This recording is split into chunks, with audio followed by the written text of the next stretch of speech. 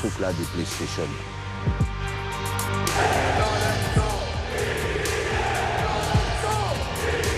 Je suis pas ton fils, moi. Je suis pas avec moi.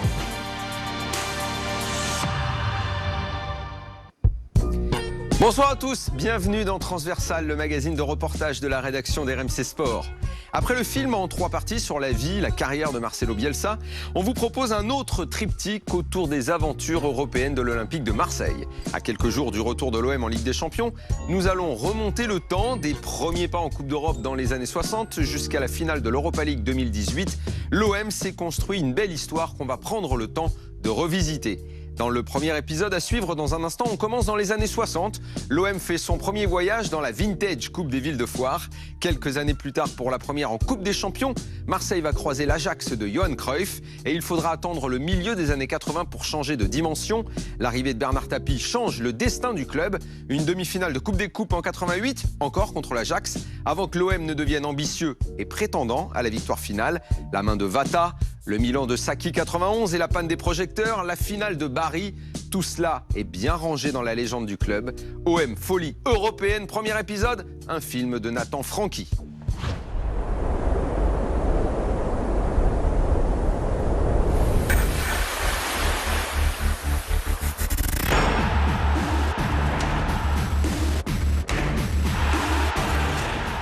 Extraverti, qui en fait toujours trop, qui aime se mettre en scène, qui est dans l'exubérance, qui aime faire la fête, qui aime être dehors. Il faut vraiment y être dedans, le vivre, pour se rendre compte de ce que ça représente. Parler fort, l'amour complet de ce qu'on fait, voilà. C'est tout ou rien. On veut être les plus grands, on veut être les plus ensoleillés, on veut être les plus beaux. Marseille, c'est toujours un défi. C'est toujours contre quelque chose, Marseille. Les mondes populaires se sentent humiliés par la situation qui leur est faite. Le contrepoint de l'humiliation et du ressentiment, c'est l'affirmation viriliste d'une certaine fierté. Les gens n'ont rien, mais leur famille, c'est l'OM.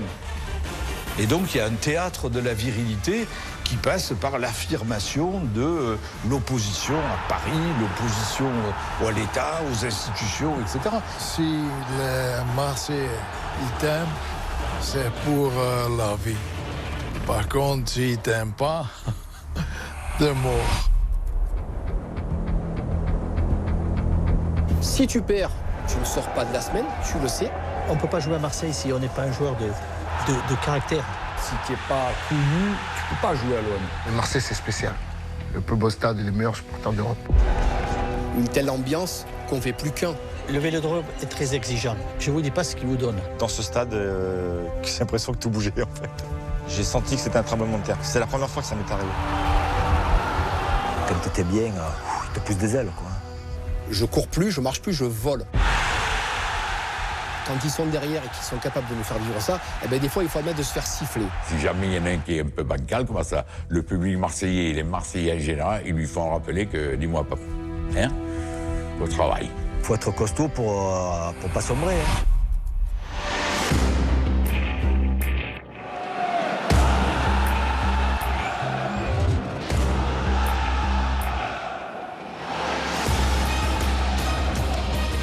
Jouer à Marseille, ça laisse pas indifférent. C'est nulle part comme ailleurs. C'est comme le bébé, on est attaché. L'OM, il est attaché à la Coupe d'Europe. La Coupe d'Europe, c'est la famille. On va se mettre quelques raclés, ça rappellera de beaux souvenirs. Pourtant, il y a eu des campagnes terribles, des 0 pointés, un poule en Ligue des Champions. Ah ouais, là, honte. Oh, tu salis l'image du club. Je pars du principe que cette compétition-là, elle ne se donne pas au premier venu, voilà.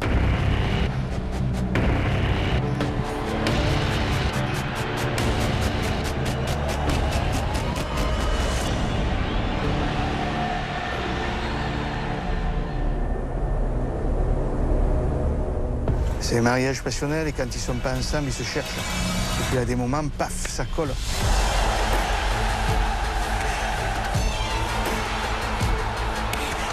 Ouais, l'amour fou passionnel, ça va bien à la relation qu'il y a avec la coupe et la particularité de cette ville. Marseille a réussi à créer quelque chose de magique avec la Coupe d'Europe. Ça te prend aux tripes et t'as pas envie que ça cesse.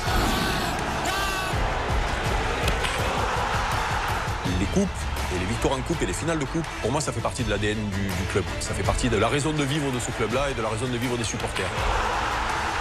La Coupe d'Europe, c'est une communion public-équipe. Et là, à Marseille, il y a quelque chose en plus. On ne peut pas dire non à une finale de Coupe d'Europe ici à Marseille avec ce club-là, c'est pas possible. On est toujours en défi et donc l'Europe, c'est notre défi. L'histoire, tu la tournes dans tous les sens que tu veux. Quand tu as fait autant de finales de Coupe d'Europe, c'est qu'il y a un truc particulier. Dans ce club-là, dans les joueurs qui composent ce club-là et dans l'environnement du club, c'est-à-dire les supporters, quoi.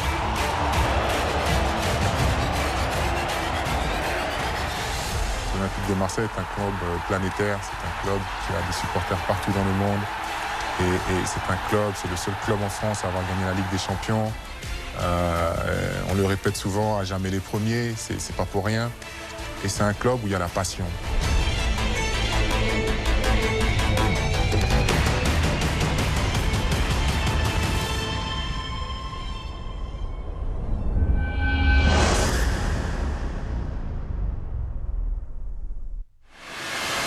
L'Olympique de Marseille dispose non seulement de l'un des meilleurs publics de France, mais aussi de l'un des plus beaux stades de France, le stade Vélodrome où nous sommes actuellement. En 1955, il y a la création de la grande Coupe d'Europe, la Coupe d'Europe des clubs champions, qui réunit les champions de tous les pays. Et ça se fait à l'instigation de journalistes de l'équipe, Jacques Ferrand, Gabriel Hanaud, etc. Donc, on a créé cette Coupe d'Europe. Ça rend un peu jaloux Stanley Rousse, qui sera le futur président de la FIFA, qui s'empresse de créer cette Coupe d'Europe des villes de foire qui n'est ni faite ni à faire. Ça se joue sur invitation, il suffit d'avoir une foire internationale. Alors ce premier match, bon, il a lieu au Vélodrome, il y a 857 spectateurs payants. C'est parce qu'effectivement, la Coupe des villes de foire, bon, personne ne connaît vraiment. C'est un match bon, qui se joue normalement, est un peu fermé. L'OM gagne 1-0 sur un but d'Étienne Sansonetti, qui est un buteur formé à Marseille.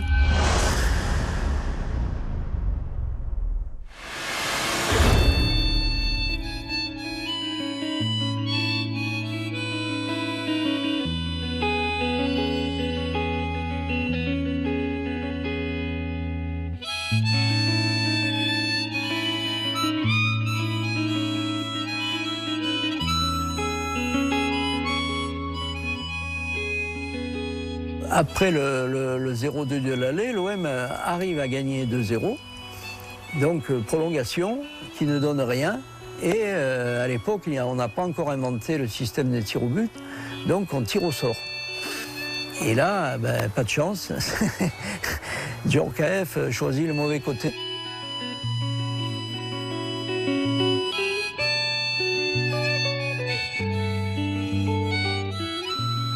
C'est sûr que c'est une élimination assez dure à avaler.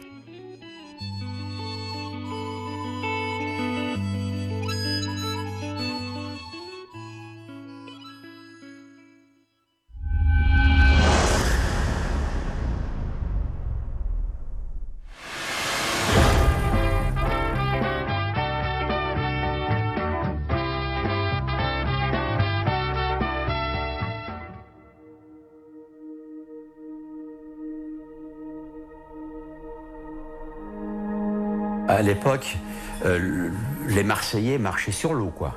On venait 4 mois avant d'être champion de France. C'est un titre que les supporters marseillais attendaient depuis 23 ans. Pour ce premier tour, la tâche est assez difficile car les Polonais de Gornik, de Zabrze, ont une équipe très solide. L'OM élimine au premier tour Gornik Zabrze, qui déjà n'est pas rien, parce que c'était un club polonais qui marchait bien dans les Coupes d'Europe. Pendant une demi-heure, les Marseillais ont dominé. Et donc cette équipe olympienne, elle est extrêmement compétitive, elle a des ambitions. Alors à l'époque, c'est pas comme aujourd'hui, il n'y a pas les têtes de série, donc il n'y a pas d'équipe protégée, etc. Et donc au deuxième tour, malheureusement, l'adversaire, c'est l'Ajax Amsterdam.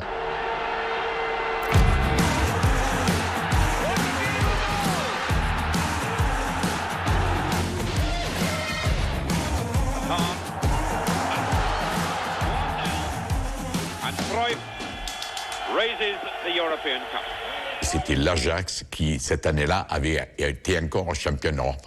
C'était une équipe monstrueuse. C'était un peu le Barça de maintenant, le Bayern. Je me souviens, le jour de OM Ajax, on avait fait un match entre journalistes le matin, puis on est allé manger au Chevalier Rose à côté du stade Vélodrome. Et à midi, il y avait des milliers de gens assis sur le bitume devant le stade qui attendaient l'ouverture des portes qui intervenaient à 18h ou 19h. Hein. Ils étaient là assis pour être sûrs de rentrer les premiers. Ils sont débordés au stade ce soir-là. Et on annonce, je crois, 48 000 et quelques spectateurs, mais en réalité, il y en a beaucoup plus. Il y a des bousculades, il y a beaucoup de gens qui rentrent sans payer. Il y a tellement de gens qui veulent assister à ce match qu'on ne sait pas exactement combien il y avait de spectateurs au Vélodrome. Mais il y en avait beaucoup. Tous les amateurs de football attendaient avec impatience cette rencontre entre le tenant de la Coupe d'Europe, Ajax d'Amsterdam, et Marseille, le champion de France. Et moi, j'étais à cette époque-là stagiaire au club et j'avais vu arriver cette armada-là. Regardez ça en disant mais c'est quoi? On découvre un échauffement un peu particulier. En fait, il y a les joueurs de l'Ajax, de Ridus Mitchell, qui font des transversales d'un côté à l'autre, qui sont extrêmement précises.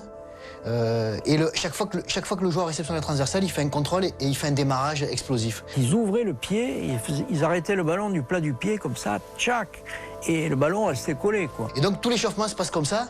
Donc les gens sont déjà éblouis par ce qu'ils voient, on n'avait jamais vu ça. Les champions de France, vous les voyez en maillot blanc, culotte blanche, bas foncé. Et là, on arrivait avec quelque chose qui était une sorte de rouleau compresseur, mais technique, avec effectivement ce qu'appellera Stéphane Kovacs plus tard le football total, avec des joueurs qui, où qu'ils soient sur le terrain, ont la technique, la vitesse, la puissance. Il ne faut pas oublier que c'était des athlètes, tous ces joueurs, les Hahn, Muren, Niskens, etc. Mais c'était aussi de grands footballeurs. Ils avaient une technique parfaite. Et puis ils apportaient quelque chose de nouveau, c'est-à-dire qu'on attaquait à 10, on défendait à 10. Les Marseillais ne vont pas se décourager. Regardez bien ce coup franc de Skoblar, de l'extérieur du pied, détourné par un défenseur, un tir de Kula, et Gilbert Gref a trompé le gardien Stuy, qui a été pris à contre. Moi, j'ai eu peur à l'intérieur du stade une fois quand il y a eu l'ouverture du score de l'OM. J'ai pensé que tout allait s'écrouler. Et je me rappelle, il y avait des barrières en fer, là, qui, sur les lampes pour canaliser Bibabo, les barrières en fer, en l'air, il n'y avait pas la sécurité comme maintenant. C'est un but tout fou, d'ailleurs. Il y avait un coup franc sur le côté gauche. Jamais Josip Skoblar aurait dû tirer ce coup franc-là. Lui, c'était devant le but qu'il devait se trouver. Et moi, je suis dans les 6 mètres. D'habitude, je suis aux 16 mètres. Donc, tout est à l'envers, quoi. Je prends le gardien d'Ajax à contre-pied, quoi. Grande classe, quoi. C'est un enthousiasme extraordinaire, mais bon, on sentait bien dans le jeu quand même que Ajax était très fort. C'est inouï, c'est la première fois qu'en France on découvre ce football total. C'est dommage car menant 1-0 et avec la possibilité d'inscrire un deuxième but, je pense que les choses auraient pu changer. Ça changeait tout. Oui. Coup franc accordé aux Hollandais pour faute sur Cruyff. On a très vite vu que ce serait très dur pour l'OM. Ajax était supérieur. Et il y a eu un coup franc de Kaiser dans la lucarne, je me souviens, magnifique. Kaiser qui était le capitaine, un ailier gauche très technique, très bon. Le but de la victoire de l'Ajax, c'est tout Cruyff avec ses semelles de vent qui est tellement au-dessus. Cruyff se trouve sur la ligne médiane. Et notre dernier défenseur était 3 ou 4 mètres devant Cruyff. Et comme on dominait à ce moment-là, on dominait l'équipe d'Ajax, lui a envoyé une longue chic devant, et Cruyff est parti tout seul. Donc avant de dire que c'est une chevauchée fantastique, j'ai surtout souligné la naïveté de nos défenseurs.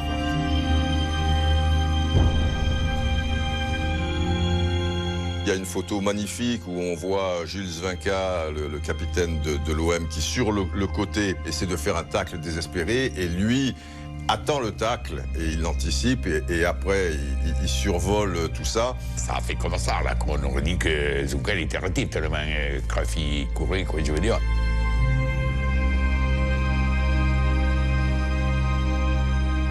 Il faut savoir perdre quand on joue contre une équipe beaucoup plus forte que soi.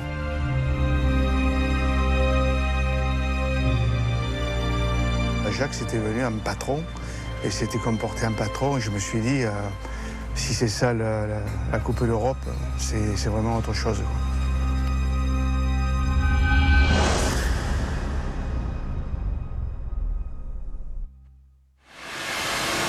C'est officiel, Bernard Tapie est le nouveau président de l'Olympique de Marseille. Après plusieurs mois de discussions et avec le soutien de Gaston Defer, la passation de pouvoir avec Jean Carieux a bien eu lieu à Paris.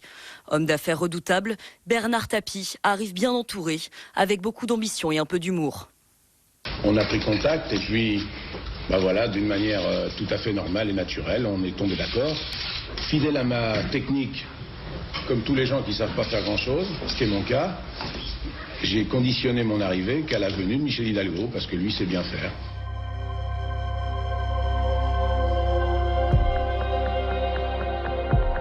Bernard Tapie voulait donner une dimension à ce club. Et ça, on l'a ressenti. Un enthousiasme démesuré, vraiment. Et tout le monde, en même temps, a pris conscience qu'il y avait quelque chose qui se passait. On se rend compte rapidement qu'en fait, rien n'est impossible avec ce type, quoi. Et ça, à Marseille, on aime ça, quoi. Et un personnage comme Bernard Tapie nous a décomplexés aussi. Hein. Il a fait partie des gens qui ont décomplexé le football. Avec une certaine forme de rage, c'est vrai, il était arrivé véritablement à faire comprendre aux joueurs français qu'eux aussi, ils pouvaient gagner et qu'il les amènerait à la victoire. Voilà, Bernard Tapie, c'est quelqu'un qui nous a dit qu'on était aussi bon que les autres, quoi, si ce n'est meilleur, quoi. Il a cette force, et moi j'aime assez les gens qui sont comme ça. C'est soyons réalistes, demandons l'impossible. Parce que tu l'aimes ou tu l'aimes pas, moi c'était clair, il essayait par tous les moyens de dire il faut gagner. Devant toi, il n'y avait pas d'adversaire, c'était vous les tuer, il faut gagner. Avec un homme comme ça, vous avez l'impression qu'il ne peut rien vous arriver, quoi. C'est un homme, dans une vie, on n'en rencontre qu'un comme ça. J'étais capable d'être d'une exigence qu'en principe on n'a pas. Vous n'obtiendrez pas de résultat, quelle que soit la composition de votre équipe, si vous n'avez pas cette exigence.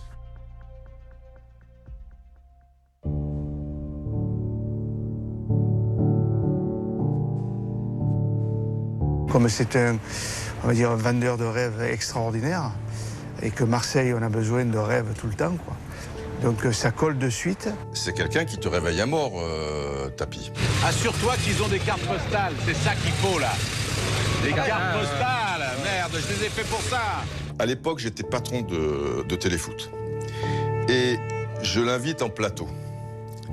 C'est donc sa première année. On discute pendant 3/4 d'heure, le temps que tout le monde se mette en place.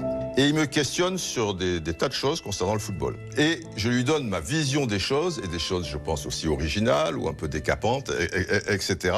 On descend sur le plateau, on fait une interview d'1/4 d'heure. Les yeux dans les yeux, il a sorti tout ce que je lui avais expliqué, mais il s'est approprié le tout. Ça va à 10 000 à l'heure dans sa tête, c'est une éponge, mais aussi quelque part un chapardeur, parce que, bon, c'est de bonne guerre. Mais à partir de là, je me suis dit, alors, toi, mon coco, je vais faire attention quand même, quoi. Tu vois. Il a cette faculté à retourner systématiquement une partie de l'opinion publique. Oh putain, Tapie, qu'est-ce qu'il a fait?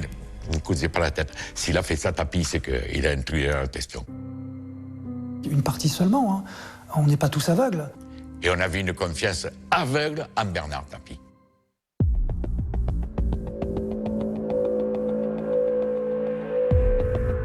Bernard Tapie, il avait parfois des pratiques un peu, voilà.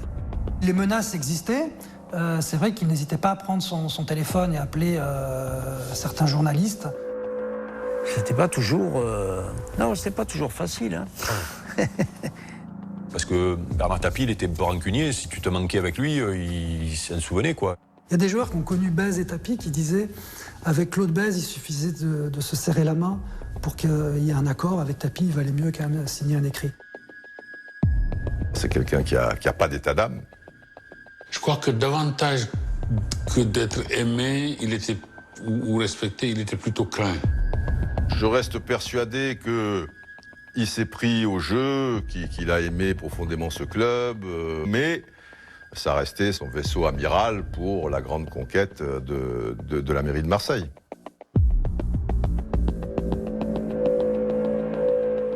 On le voyait une fois par an, au grand maximum. Donc le contact, il n'existait pas réellement. Par contre, c'est vrai qu'il savait faire appel aux supporters quand il s'est agi pour lui de faire de la politique.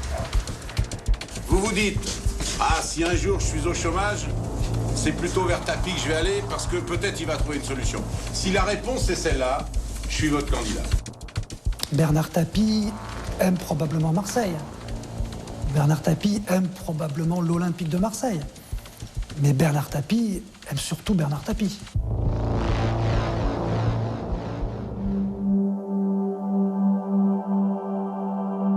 Il me dit, t'es d'accord pour repartir pour un an? Alors je suis comme ça et j'ai dit, comme ça se passait bien, pourquoi pas quoi. Il me dit, mais donc il faut que je sois champion de France puisque tu l'as été, tu es obligé de l'être. Et deuxièmement, moi je veux être champion d'Europe. Il faut la gagner. Si tu la gagnes pas, t'es viré. Le coup de pression, c'est lors de mon premier match. Il me met la main sur l'épaule. Je suis beaucoup plus grand que lui, donc il m'écrase. Il s'approche de mon oreille. Donc il me dit, ne crains rien, tu n'es rien. On s'en fout de toi. Si tu te rates, tu sors, on ne te verra plus. Hein. Ne t'inquiète pas. C'est pas grave. Si par contre tu fais vibrer le stade et lever le stade, tu vas être admis par le peuple. Et je me rappelle très bien, je dis, ok. Deux fois, il m'énervait à mourir. Hein. Le mec... Non, mais il était chiant, mais vraiment. Mais le mec, il te prenait individuellement 2-3 joueurs, il les insultait comme si il était dans la rue, il était à Montreuil ou à Bagnolet, quoi. Ah, attends. Le mec, c'était des internationaux, quoi. Vous n'avez qu'un seul pouvoir sur les sportifs. C'est si ils ont la pression, le sentiment, pour ne pas dire la certitude, que par votre intermédiaire, ils sont meilleurs que sans vous. Tout le reste, c'est du baratin.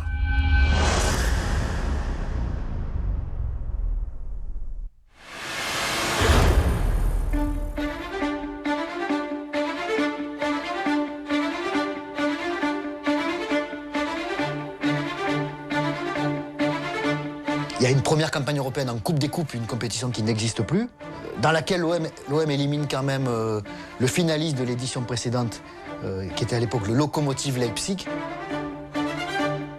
Effectivement, on se retrouve en demi-finale, et c'est vrai, c'est la première demi-finale de l'OM en Coupe d'Europe.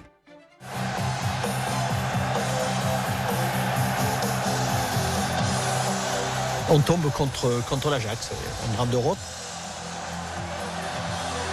Ça rappelait le Marseille-Ajax de 71-72. C'était dans un contexte de folie à la marseillaise.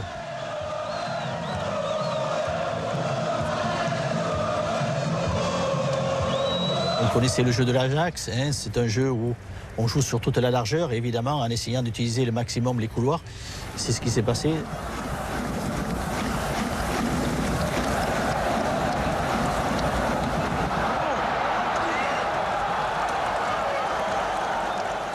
C'est de l'inexpérience, c'est un peu de pression, peut-être quelques joueurs qui n'étaient pas spécialement au niveau de cette compétition-là.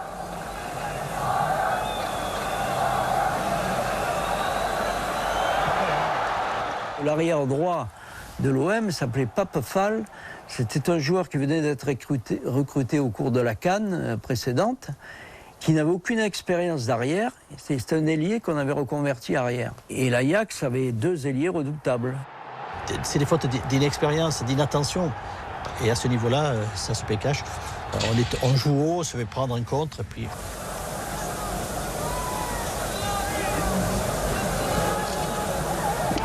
Bergkamp, il avait une technicité, une fluidité, une vision. C'est des joueurs qui ont quelque chose en plus.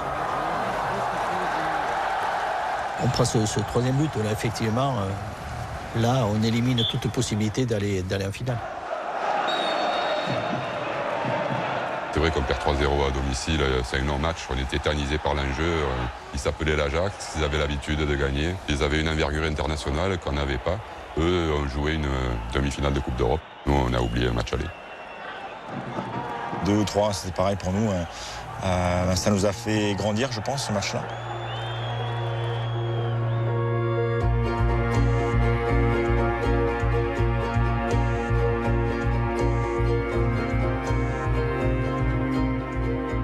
Oui, le match retour, on s'est dit quand même, on a pris 3-0 à la maison, on ne va pas quand même recommencer. Moi, je croyais même qu'on pouvait se qualifier.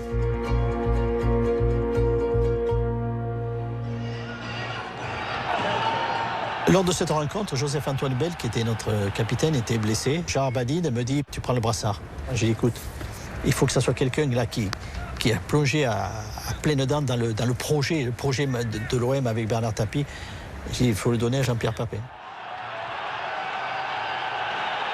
On en a discuté avec Alain à la causerie. Et il m'avait dit, moi, j'arrête dans quelques semaines. Le futur de l'OM, c'est toi. Donc, je voudrais que tu portes ce brassard ce soir. Et je l'avais porté ce soir-là, la première fois. Il y a une fierté? Une grande fierté.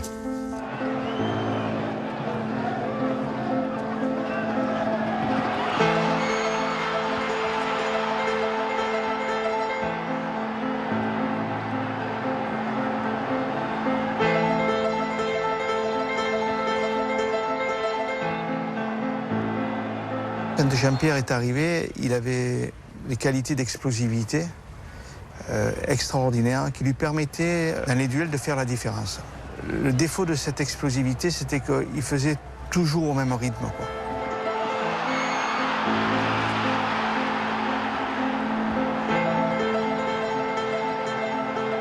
C'est-à-dire, quand il passait un joueur, il le faisait à 120%.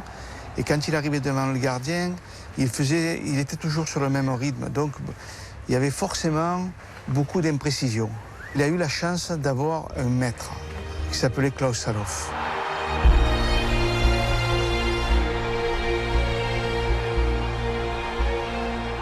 Klaus Saloff aurait pu être meilleur buteur du championnat.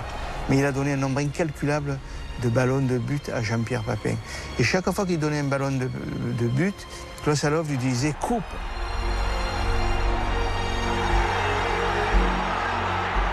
Et là, d'un seul coup, Papin devenait une statue, quoi. Couper le rythme, et là, il ajustait.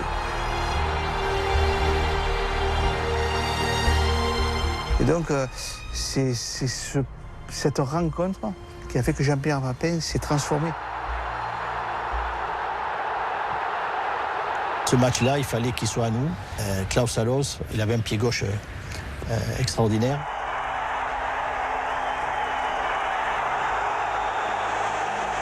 Il y a eu le bon Dieu du football qui nous a dit vous méritez de gagner, voilà. Voilà, avec ce coup franc, vous allez pouvoir le faire. Ça ne consolait pas de l'élimination, mais au moins, on avait fait preuve de fierté pour les couleurs de l'OM. On est allé gagner quand même à Amsterdam. Dès lors, on s'est dit pourquoi pas. Ça concrétisait en fait la marche en avant. Ça, c'était la première étape, le premier, vous savez, petite amuse-gueule, quoi. Quand on commence avant l'apéro à manger une olive et puis on a envie d'en manger une deuxième. Ça nous a donné le goût vraiment de la haute compétition. Et cette campagne européenne, là, elle a fait beaucoup de bien. La coupe en chocolat, c'est agréable de pouvoir y participer. La coupe des coupes, bon, c'est des pigs. Nous, ce qu'il nous fallait, c'est les grandes oreilles.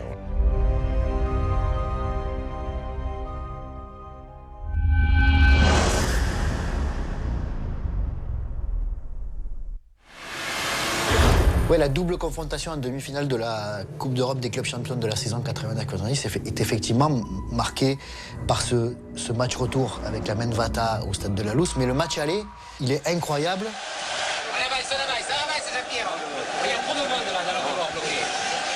L'OM aurait pu gagner ce match par 4 ou 5 à 0, je pense. C'est le dernier match européen au Vélodrome de la saison, quoi qu'il arrive ce soir. Quelle ambiance pour cette demi-finale allée de la Coupe d'Europe des clubs champions. Une ambiance des grands soirs comme savent le faire si bien les supporters marseillais. OM Benfica, c'est parti. Benfica, on ne les sent pas passer. On a l'impression qu'il n'y a que l'OM sur le terrain. Tigana. Tête de Germain. Non. Enlevé sous son nez ce ballon. Malgré tout, ils réussissent à nous marquer un but foireux. Le corner à venir avec Valdo pour le frapper. Wadal est battu dans les airs. Lima pour l'ouverture du score. Les Marseillais sont figés. Les Marseillais n'étaient pas au marquage. Les Marseillais ont été laxistes. Castaneda ne revient pas. Et le Vélodrome est glacé. Oui, il y a une erreur défensive. Je suis impliqué sur le marquage. Je regarde le ballon et je perds mon adversaire de vue. Sur ce coup-là, non, c'est pas Chris, c'est moi. Didier Deschamps. Didier Deschamps qui est au poteau et qui sort du poteau.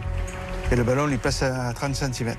S'il reste au poteau, le ballon lui vient dessus et on ne prend pas le but.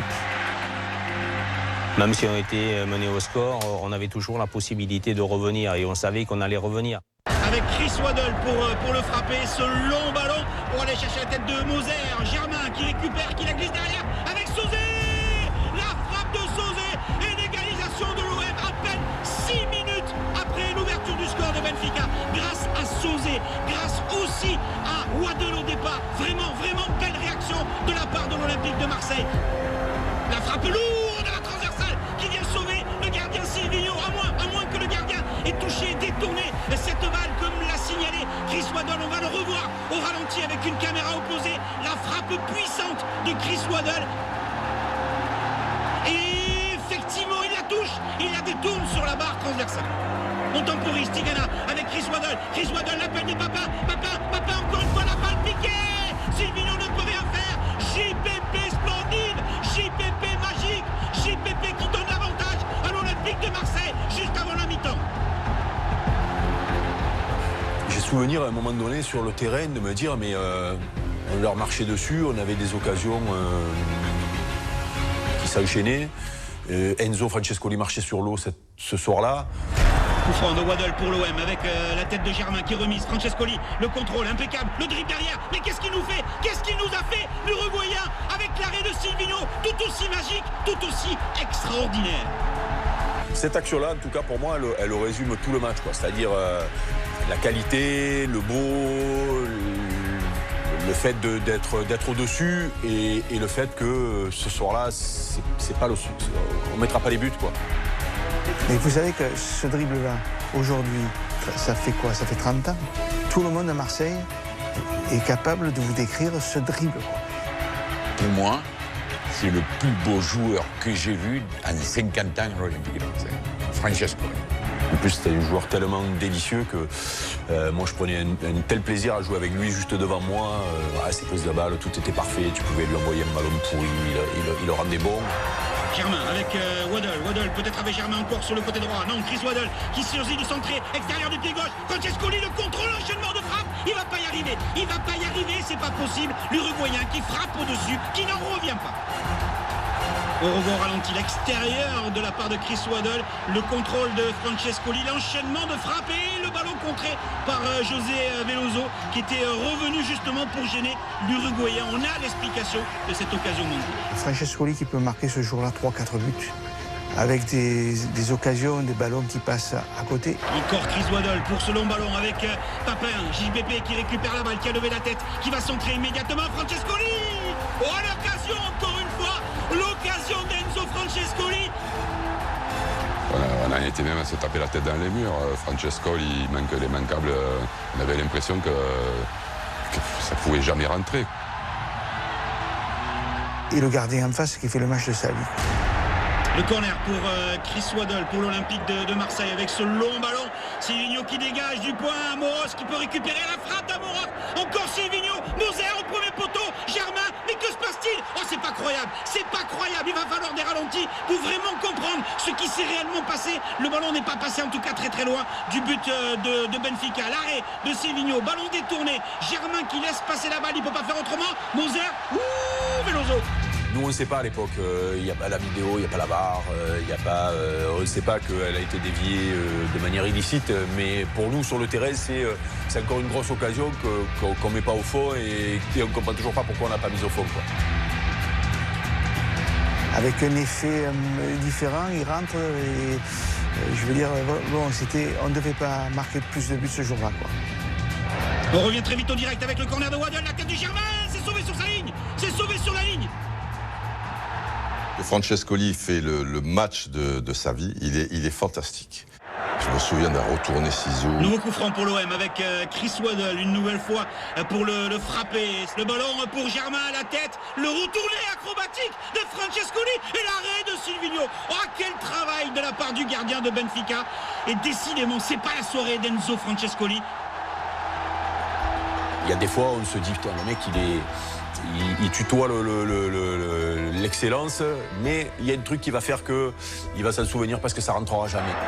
L'OM qui pousse, allez, faut marquer avec Chris Waddle. Le long ballon, c'est bien fait pour aller chercher Jean-Pierre Papin. Papin avec la sortie de Silvinho. Il n'y a pas de faute, le ballon est dégagé. Francescoli qui met la pression sur Silvinho. On revoit au ralenti l'action. Non, Papin manque le ballon. Silvinho, lui, le touche pour sauver cette occasion marseillaise. C'est fini au Vélodrome avec la victoire 2-1 de l'Olympique de Marseille face à Benfica. Et l'OM l'emporte 2-1, quoi. C'est vrai que c'est très injuste.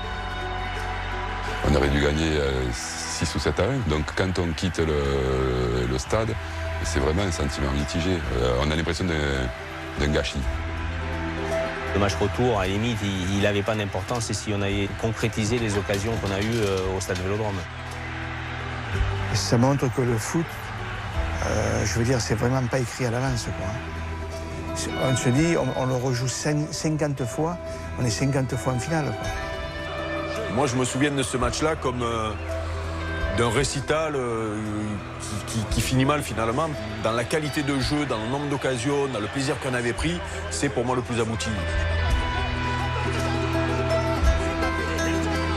C'est ce match qui s'est perpétué, quoi. Je rencontre des gens aujourd'hui qui ont, je sais pas moi, qui ont 20 ans, 25 ans, qui me disent ce match de Benfica. Je dis mais quel âge vous avez? Vous étiez pas né. Il me dit mais on me l'a tellement raconté. Et malgré tout, on se dit, avec ce que l'on a mis à l'aller, on va passer là-bas, quoi. On fait un match énorme, on n'a pas eu de chance, mais on les a tellement bougés que là-bas, on va finir le boulot, quoi. Voilà, c'était évident pour nous.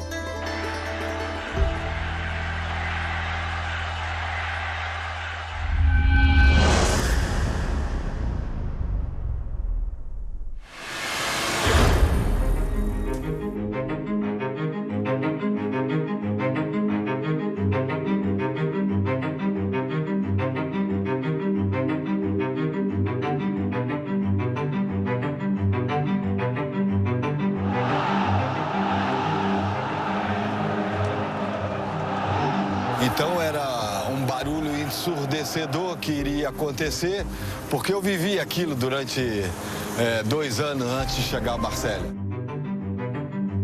On a appris après que les supporters étaient juste un étage en dessous. Il y avait des supporters de Benfica au-dessus. Ils se prenaient des coups, des pierres, plein de projectiles. On essayait d'aller sur la pelouse parce qu'on prenait des cailloux. Et les policiers, il ne faut pas oublier que le Portugal, à l'époque, ils sortaient à peine d'une dictature et ils avaient la matraque lourde, quoi. Donc on se faisait bombarder de cailloux par les supporters et tabasser par les flics. C'était une drôle d'ambiance. Quand on rentre à l'échauffement, on se prend ça dans la tronche déjà d'entrée. Ça faisait un bruit pas possible et on sentait surtout, ça sentait la poudre, quoi. On sentait qu'il allait se passer un truc. Il faut s'imaginer 120 000 personnes, 120 000 Portugais, parce qu'en plus c'est un peuple de football, quoi. C'est-à-dire, c'est chaud, hein. Avec une ambiance hostile, il faut. Enfin, j'ai jamais plus connu ça de ma vie, quoi. Je leur souhaite un bon match pour les deux, c'est tout. Que le sport est vainqueur et pas d'autre histoire. Et ça a bien marché jusqu'à 8 minutes de la fin, malheureusement.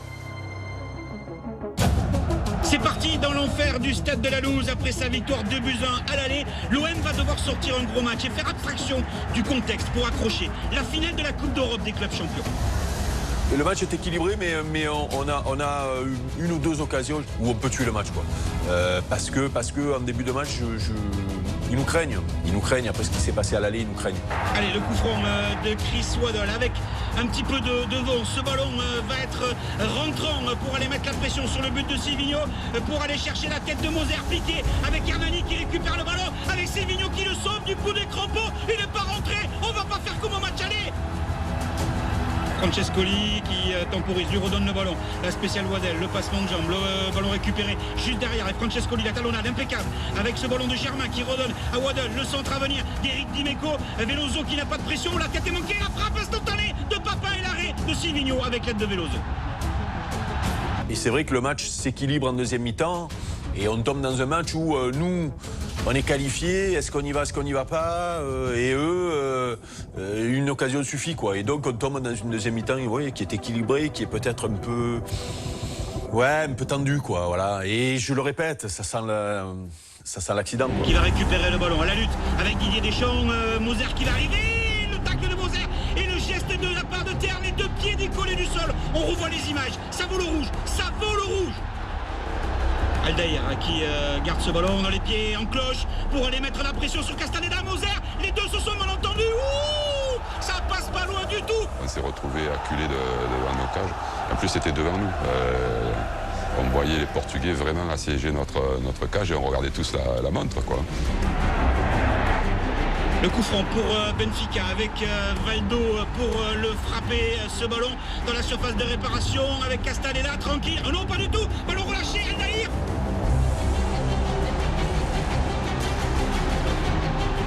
Nouveau coup franc pour Benfica avec Valdo à la manette, au mur, Ramos avec Tigana, la frappe de la part de Valdo, elle est détournée par Tigana, elle monte ce ballon dans la tête de Magnusson, le poteau qui sauve Castaneda. On voit ce ballon qui est monté très haut, Magnusson, et c'est bien Castaneda qui détourne le ballon sur son poteau. Quand nous, à un moment donné, on n'a pas saisi notre chance, on sentait qu'il allait se passer un truc, quoi. Et plus ça approchait de la fin, et plus on sentait que ça allait se passer contre nous. 83e minute, Veloso qui va écarter avec Pacheco, face à lui Tigana qui va conserver ce ballon et peut-être essayer de récupérer un centre derrière ou un corner. Ce sera un corner pour Benfica. Ça devient totalement intenable, du monde dans la surface de réparation. Ça va bouger, ça va être très très compliqué pour la défense de l'Olympique de Marseille. Ce corner à venir dans les toutes dernières minutes de la rencontre. Valdo pour le frapper au premier poteau. Magnusson qui détourne Vata. Oh, le but de Vata. Le but de Vata qui libère le stade de la Rouge. Le but de Vata. La main de Vata. Moi je suis au marquage de Vata. Je le tiens. Et là il me passe devant. Et mon erreur c'est peut-être de le tenir d'ailleurs. Parce que pour se débarrasser du marquage, il ses bras comme ça et il a son réflexe qui, il va mettre la main, le bras tendu comme ça. J'ai souvenir parce qu'il fait comme ça. Pour moi, le stade entier l'a vu, quoi. C'est tellement parce que j'ai ce corner qui part, qui est dévié, tout se passe devant moi, tout est en enfilade devant moi, quoi. On l'a tous vu, on a vu la main se détacher. Et pour ça, sur le coup, on n'a même pas cru un instant qu'il accorde le but. La première chose que je fais, je mets le bras en l'air en regardant l'arbitre, mais je me dis, bon, c'est bon, il n'y a pas but, quoi, ça va, c'est pas la peine. C'est facile de lever la main, ça je sais faire aussi. Quand tu l'as pas vu, c'est tout. Et là, je vois l'arbitre et je comprends qu'il n'a pas vu. Je comprends qu'on peut faire tout ce qu'on veut. C'est fini. Je me souviens d'être résigné assez rapidement, quoi, quand j'ai dit ça sert à rien, quoi. Ça sert à rien de bousculer l'arbitre, de faire le débile, là, c'est mort, quoi. Quand tu vois ça, il te vient une haine. Il y en a un qui l'a vu, c'est peut-être Castaneda, c'est le gardien. Je suis quand même pas loin, je la touche un peu, mais pas suffisamment pour la sortir. Si je me détends un peu plus sur ma gauche, on parle plus de la main de Vata.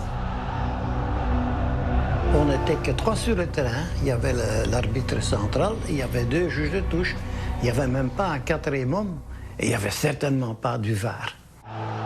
L'arbitre est mal placé parce qu'il est au milieu des 18 mètres alors qu'il aurait dû être derrière la ligne de but. Et là, il l'aurait vu, quoi. Là, je pense qu'il l'aurait vu, Il est placé donc à l'angle de la surface de réparation, Donc sur le côté, il a le corner sur le côté gauche, donc il a le but face à lui et les joueurs. Son placement est conforme aux consignes qui sont données aux arbitres pour ce genre de situation de jeu. Il l'a vu ou pas? Non, je pense qu'il l'a pas vu. tem aqui 1, 2, 3, 4, 5, 6, mais ou menos uns 8 jogadores nessa situação. E o Vata, ele está embutido, né, ali no meio de todo mundo, e eu tenho a impressão que ele realmente não consegue ver. Pour moi, il n'a pas vu. Beaucoup ont parlé de escroquerie, tout ce qu'on veut. Moi, je le crois toujours de bonne foi. C'est pas possible.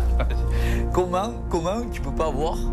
Il y a le juge de ligne, ils sont tous là, tout le monde le voit, sauf que... Tout le monde le voit, ben l'arbitre ne voit rien, il dit rien. Il a dû passer une bonne nuit à l'hôtel avant. Il devait avoir une belle montre, peut-être une belle voiture. C'est obligé. Ça joue dans ta vie, c'est une partie que ça fait mal. Tu l'as pas vu et en plus on te prend pour un corrompu. C'est désagréable comme tout. Hein. Corrompu, je pense pas. Voilà ce que je lui reproche, et c'est d'avoir pas su gérer ce moment du match qui était important, de mettre toutes les chances de son côté pour pas se tromper, parce qu'il s'est trompé, hein, toutes les caméras du monde l'ont montré.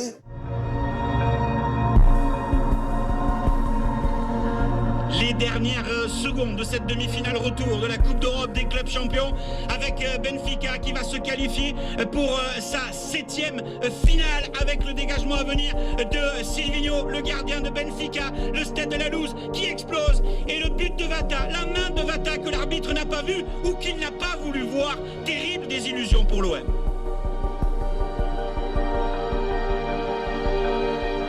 Dans le vestiaire, c'est l'apocalypse. Quand on prend un but de la main en demi-finale de Coupe d'Europe, dans les dernières minutes, dans un match qu'on maîtrisait, et dans une double confrontation qu'on maîtrisait, on s'est dit on s'est fait voler.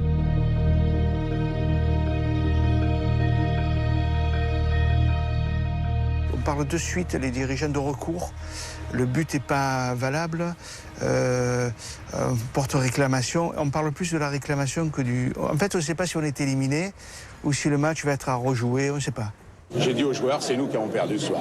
Parce qu'on n'a pas su créer le même climat à Marseille, avec des arbitres qu'on reçoit gentiment, avec les équipes adverses. Je vous en prie, vous voulez une tasse de thé? Non, mais j'en ferai rien. Et puis, il sait que ça se passe bien, etc. Et puis là, où il y a une guerre des nerfs épouvantable, on n'a pas pu les voir. Pas le droit de les voir, c'était tout bouclé. Bon. Donc, on a perdu ce match parce que Benfica, effectivement, est un beaucoup plus grand club et plus ancien club que nous. Tapie a résumé ce que tout le monde pensait. On n'est pas encore invité au banquet des grands de ce monde. Il ne faut pas me la faire trop longtemps. Sur le plan du recrutement et de la manière de manager un club, je pense que ça, j'avais su faire. Manager l'environnement d'une Coupe d'Europe, j'avais pas compris. Je vous promets que j'ai compris. Ça se reproduira plus jamais. Certains ont voulu entendre ce qu'ils avaient envie d'entendre, mais qui n'est pas la réalité à ce moment-là. Nous, on est un petit d'Europe, Benfica, c'est un grand d'Europe. Ben, on n'est pas arbitré comme les autres. Voilà. Moi, personnellement, j'ai toujours pas avalé ça. J'ai une haine incroyable parce que je suis sûr que la Coupe d'Europe elle était pour nous cette année-là. Des occasions comme ça le sont uniques dans une vie. Cette main de Vata a cassé notre rêve à tous. Ça a pris aussi une tournure politique parce qu'à l'époque, Bernard Tapie était un homme public très connu et était en train de devenir un homme politique. Il avait beaucoup d'appui, beaucoup de soutien, notamment Michel Rocard. Et on a parlé football à l'Assemblée nationale. Michel Rocard s'est ému de l'élimination de Marseille en Coupe d'Europe face aux Portugais du Benfica sur un but litigieux marqué de la main. Le Premier ministre a écrit à Bernard Tapie pour lui exprimer son soutien. Il propose notamment de se servir des caméras de télévision pour aider les arbitres et éviter ainsi de nouvelles injustices.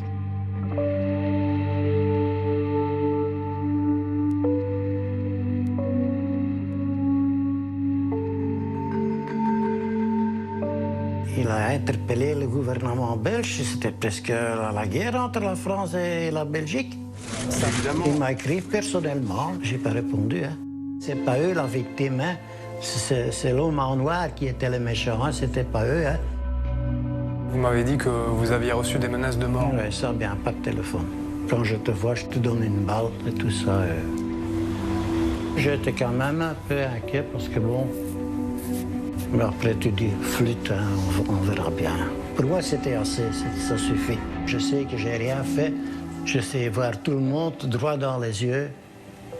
Et j'ai ma fierté. Je ne me cache pas.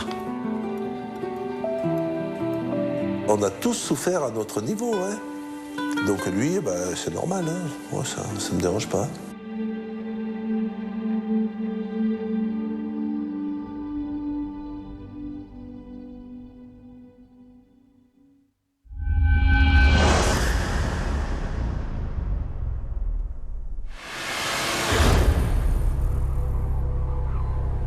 Et c'est Milan. Olympique de Marseille. Quand on a tiré le double champion d'Europe en titre, je dirais qu'il fallait qu'on passe la main, quoi. Il fallait que ce soit nous après. L'AC Milan, dans les années 80, c'est le club qui domine l'Europe.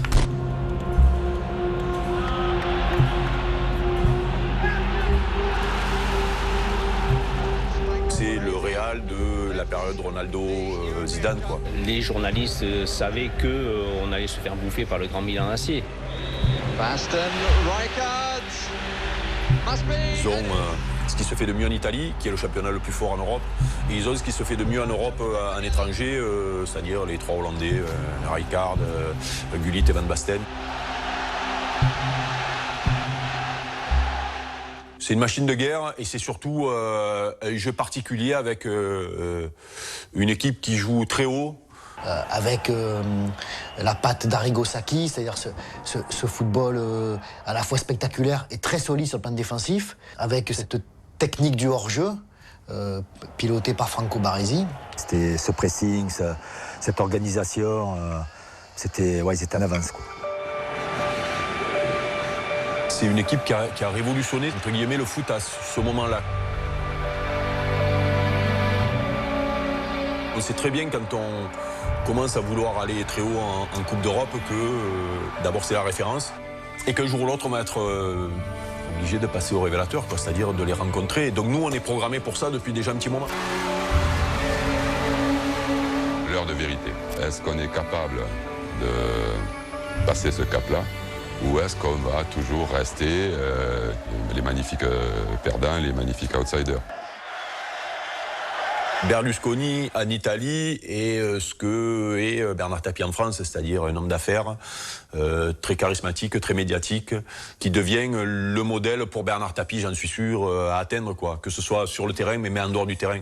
Voilà, donc il y a une admiration des deux, l'un pour l'autre, mais il y a aussi une grande rivalité, c'est-à-dire que pour nous, taper le Milan AC, c'est Bernard Tapie qui tape Berlusconi, quoi.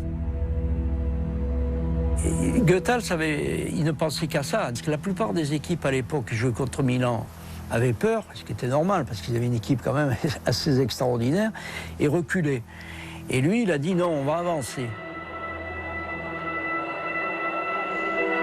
Et je me retrouve dans son bureau avec lui pour discuter, et il me dit, mais alors très simplement, il me dit, dans 3 mois, on sera prêt et on jouera mieux que le pressing. Alors sur le coup, ça m'a fait tousser et je me suis dit, par contre il y a du boulot parce que je pense qu'on n'était pas prêt du tout à jouer comme ça. Et pendant 3 mois, on a bossé tous les jours, on a bossé ce satané pressing. On a mijoté ce match-là pendant 3 mois, quoi. Et je ne vais pas dire qu'on n'en dormait plus la nuit, mais on allait avoir notre cadeau, c'est-à-dire les rencontrer. Ouais.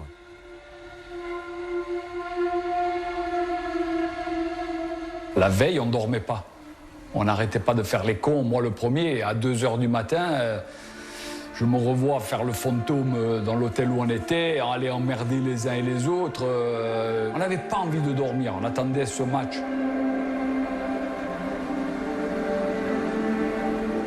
On avait tous ce trajet en bus pour aller à San Siro, qui c'est que de l'autoroute. 10 minutes avant d'arriver à San Siro, dans Milan, on a chanté nos hymnes nationaux.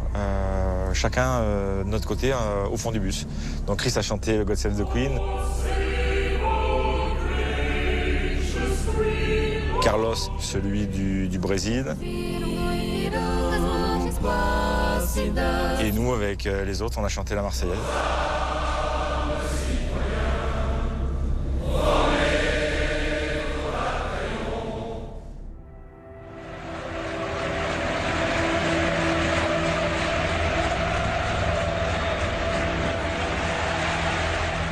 Quand tu rentres dans ce stade où, moi, dans les buts, j'ai le public au-dessus, tu n'as qu'une envie, c'est que ça dure des heures et des heures. Bah, déjà, on est dans le couloir, quand tu es à San Siro, tu te retrouves dans le couloir, tu regardes les Hollandais, tu avais l'impression qu'ils faisaient 20 cm ou 30 cm de plus que toi, quoi. Et les mecs, ces mecs-là, ils font 1,90 m. C'est avec les trampons, parce qu'à l'époque, on mettait des 20, des 18, voire des plus, là. Donc les mecs... Tu voyais, t'es ouf. Aujourd'hui, ça va être dur, quoi. C'est vrai, déjà, c'est un peu impressionnant, quoi. C'est la première fois que je me suis retrouvé dans un tunnel à regarder un mec, pas comme j'aurais dû le regarder, quoi. Pas avec admiration, mais avec presque en disant putain, waouh, le mec c'est un monstre.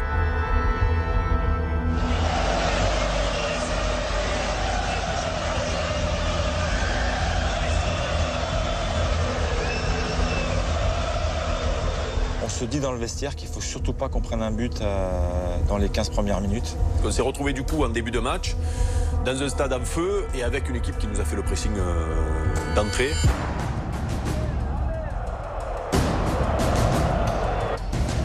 Le quart d'heure de jeu à San Siro, toujours 0-0, long ballon de Tassotti pour aller chercher Gullit, la tête défensive de Dimeco, Casoni. Le tacle de Rijkaard, récupération de balle. Tassotti, Gullit, ça va très vite avec la défense olympique de Marseille. Dimeco qui redonne le ballon derrière lui. Moser, ballon dégagé sur Gullit. Moser avec Casoni, la boulette, ça va profiter à Gullit. Gullit! Ben, moi, je voulais la donner à Pascal, parce qu'on pouvait encore jouer avec le gardien, et lui, il a voulu la relancer devant, quoi. Puis avec le brouillon, c'est pas entendu. Donc le ballon, il est resté, Gullit, il a pris, il a marqué. C'est même pas une erreur. C'en est une grosse.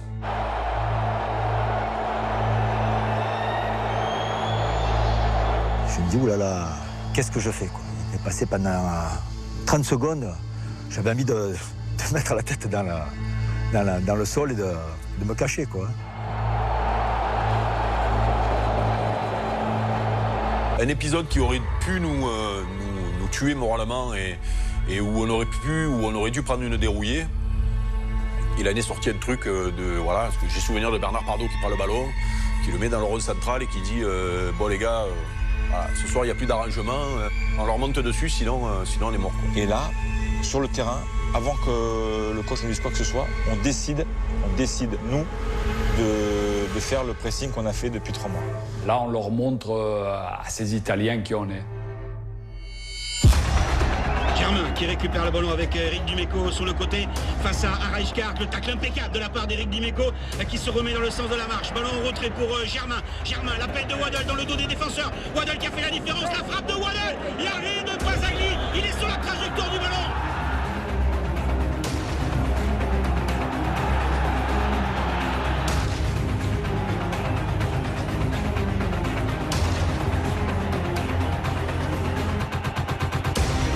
Il y a Abedi qui fait le tourniquet au milieu de terrain, là, je sais pas, il y avait Ancelotti au milieu, ça je m'en souviens bien, qui avait souffert le martyre ce soir-là.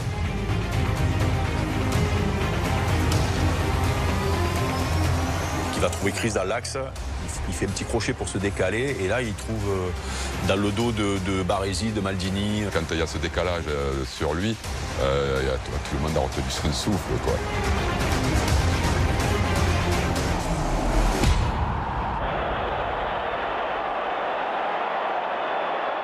Bah, ça y est, on a fait le plus dur, on est revenu, quoi, déjà. Voilà, ça te maintient dans le match, c'est important. Ça t'empêche de gamberger, de culpabiliser aussi. De revenir devant eux 10 minutes après, il n'y avait pas beaucoup d'équipes qui pouvaient le faire. Mais Chris, il est stratosphérique ce soir-là. Il leur fait énormément de mal, quoi.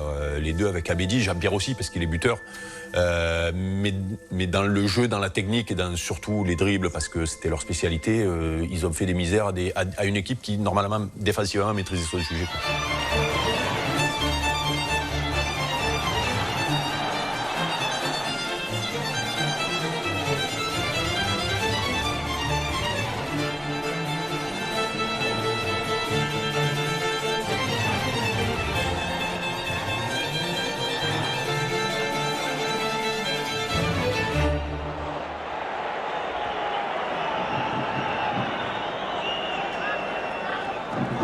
Et à la mi-temps, je m'en souviens toute ma vie, à la mi-temps, il dit bon, maintenant les gars, vous allez jouer comme on a fait l'entraînement.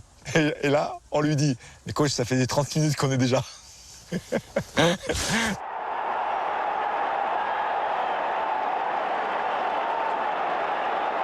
J'ai souvenir qu'on leur fait mal, qu'on les fait reculer. Parce qu'on ne les sentait pas si forts que ça.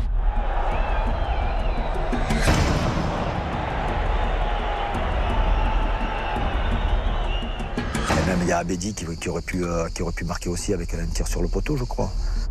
Coup franc pour l'Olympique de Marseille avec Chris Waddle dégagé par le mur. Cette balle est difficile à récupérer avec Rijkaard qui va tacler. Le ballon récupéré par les Marseillais. Dimeco tranquillement pour Casoni par-dessus. Casoni qui va chercher Pelé. Pelé à la lutte avec Ali. Pelé qui tacle, le ballon qui roule. Le poteau qui sauve Pasagli, tout heureux de récupérer ce ballon dans les gants. L'OM à quelques centimètres de l'exploit ici à San Siro. Quel match des Marseillais! Quel match des Marseillais!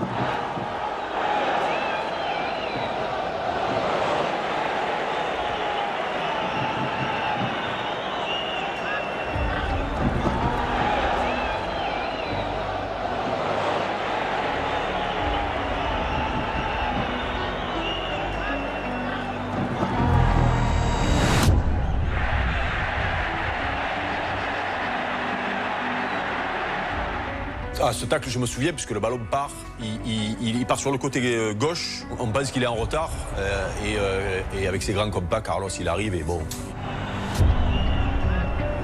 C'est pas qu'on est impressionné, c'est qu'après on a l'habitude qu'ils fassent des choses comme ça.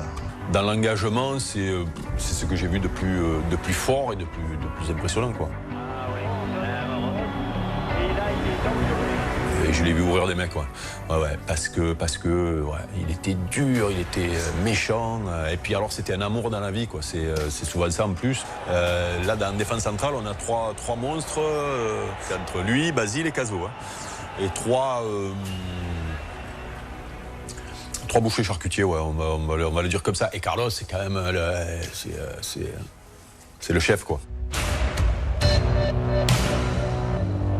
Tu sais, quand tu es derrière, que tu vois ça, c'est rassurant et tu sais que tu peux partir à la guerre. On avait peur de rien, quoi. Ça, à ce niveau-là, on avait peur de rien et on faisait peur. Ça, on savait qu'on faisait peur, en plus on en jouait. On craignait personne, en fait. Tout était possible, en fait. Et tout a été possible sur le terrain.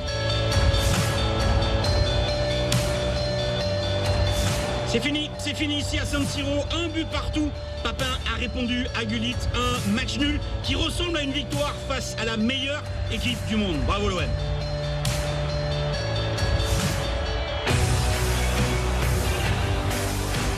J'ai souvenir de San Siro qui nous applaudit. Et on sort de ce match-là gonflé comme jamais, quoi. Ce match-là, on l'a pas joué comme les autres. On a été très fort, en fait. Mais fort en tant que groupe. En tant qu'équipe.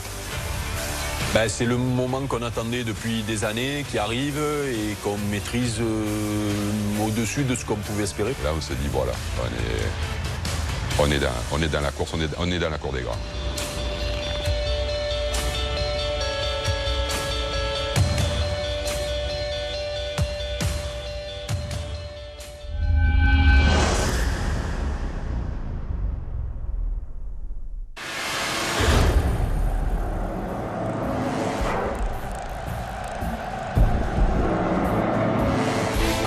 Dans cet ancien vélodrome, ils te poussent des ailes au cul, tu étais à deux doigts de t'envoler.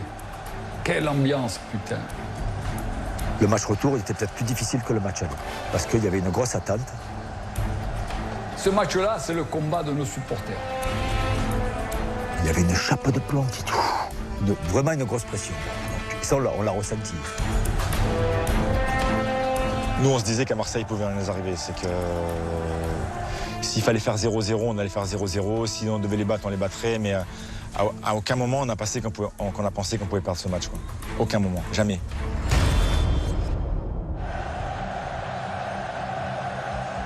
On est méfiant et donc on ne se livre pas trop. Contrairement au match aller et une équipe du Milan AC qui sait qu'elle a un but à marquer, mais qui elle aussi sait que devant on a du lourd qui leur fait mal. Et donc ça donne un match fermé, pas très beau et tout.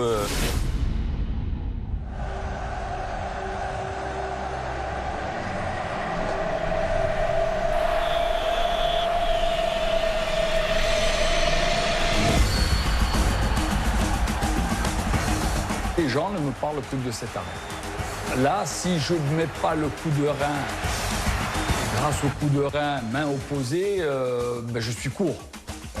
Il est dedans.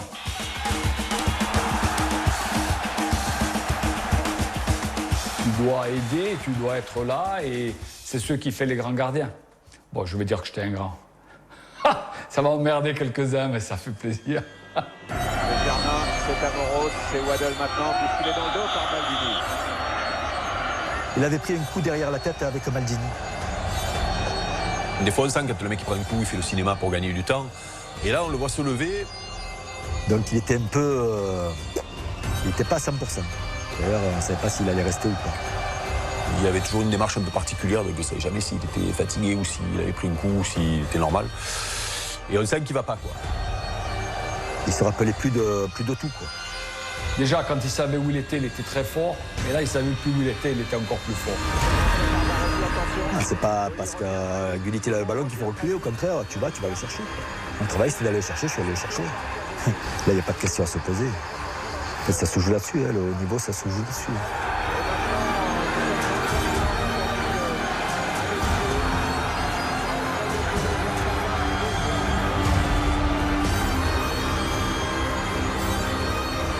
J'ai senti le drone bouger, en fait. J'ai senti que c'était un tremblement de terre.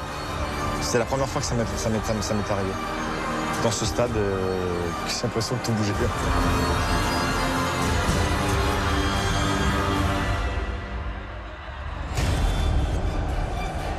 Et elle part tendue, mais à terre, quoi.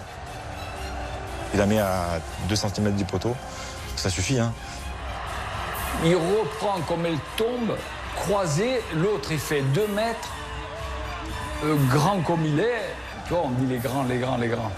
Mais ce ballon, même lui, il n'en revient pas. J'imagine pas du tout qu'il puisse le faire s'il est lucide. Incroyable, parce que le pied droit, il s'en servait jamais. Jamais. Peut-être qu'il aurait contrôlé, cherché à dribbler ou quoi, là. C'est venu instinctivement. Hein. Et puis il n'en revient pas, parce qu'il ne sait même pas qu'il a marqué. Tu le revois partir. Peut-être que s'il est lucide, peut-être qu'il n'attente pas, on ne sait pas. Mais c'est comme ça, c'est des petits détails qui font la différence. On peut dire que le coup de tête de Maldini qui lui fait mal nous qualifie, ouais, finalement. Ouais, c'est clair. Ouais. Voilà, merci Maldini.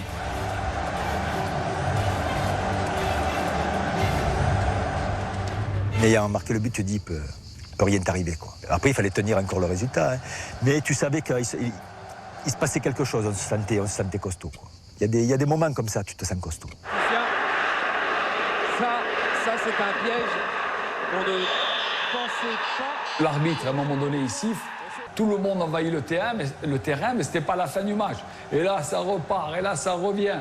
Non, mais c'était peu. Et les Italiens, envahissement. Bah. Non, je suis pas sûr. Le photographe s'est trompé.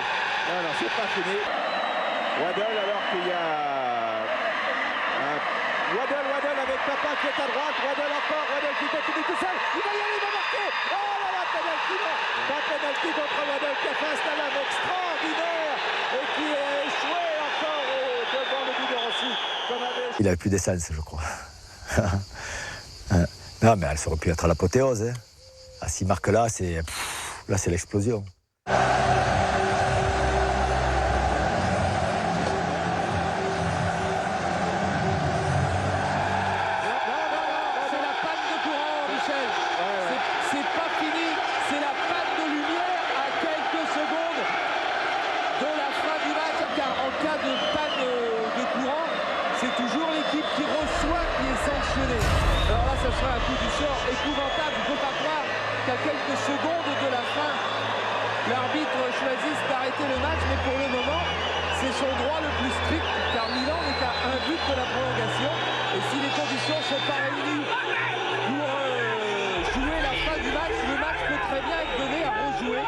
Voilà, il y a un côté qui est un peu moyen éclairé, mais le jeu peut jouer. Hein. Nous, sur le terrain, on y voit. Eux aussi, ils voient. L'arbitre décidait que les conditions ne sont pas réunies pour la fin de la rencontre. L'arbitre, lui, donc, voit qu'il y a ce pylône, donc il arrête le match. Le Milan a voulu quitter le stade. Et là, on comprend qu'ils sautent sur l'occasion pour essayer d'embrouiller, quoi, voilà. Je pense qu'ils ont perdu pied. Hein. Tu sais, quand tu es habitué à gagner, à tout gagner, et que tu te retrouves en difficulté, donc tu cherches tous les moyens pour y rester. Et Milan AC va choisir de quitter le terrain. Ils ont eu une peur. Pourquoi? Parce qu'ils savaient qu'ils allaient perdre. Ils ne pouvaient pas gagner. Vexé et impuissant. C'est les deux mots qui conviennent bien. Oui, le corse et l'italien, c'est un peu la même langue. Et ils se foutaient de leur gueule aux Milanais quand ils attendaient devant la trappe et ils leur disaient vous allez rentraver les valises. Les vrais Italiens, c'est ça. C'est tu bisques tellement que tu sais pas rendre. Bon, moi j'aurais fait pareil. Et je suis à deux doigts de dire que c'est de bonne guerre, qu'on aurait fait pareil et que tout le monde aurait fait pareil. C'est-à-dire que quand tu es le grand d'Europe qui se fait bouger et qui a une faille à un moment donné, tu essaies de te faufiler, quoi. Et eux, ils ont essayé de se faufiler dans cette faille-là. On pensait bien que le pylône allait se remettre à fonctionner, donc c'était qu'une question de temps.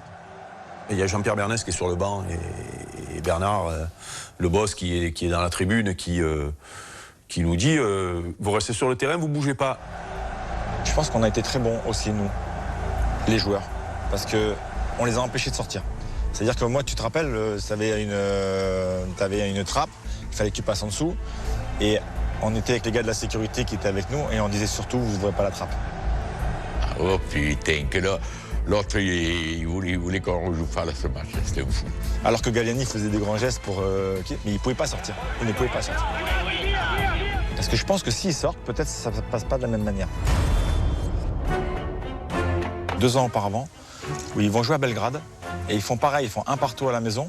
Ils vont jouer à Belgrade, ils sont menés 1-0. Le brouillard interrompt le match, donc ils sont éliminés.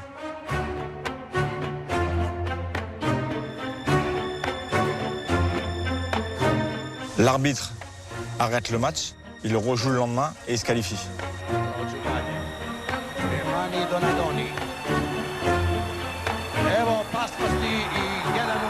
En fait, ils l'ont fait pensant que c'était l'histoire qui se recommençait et qu'ils allaient se qualifier le lendemain. On a la chance d'avoir un arbitre de très haut niveau qui prend les infos au niveau du délégué, regarde la situation, analyse, et le mec, il voit qu'on peut jouer, quoi. Et il dit, bon, ben, on reprend, les Milanais ne veulent pas revenir sur le terrain, et nous, on est là, en place, chacun à son poste, et l'arbitre qui nous dit d'engager le jeu et qui siffle la fin du match.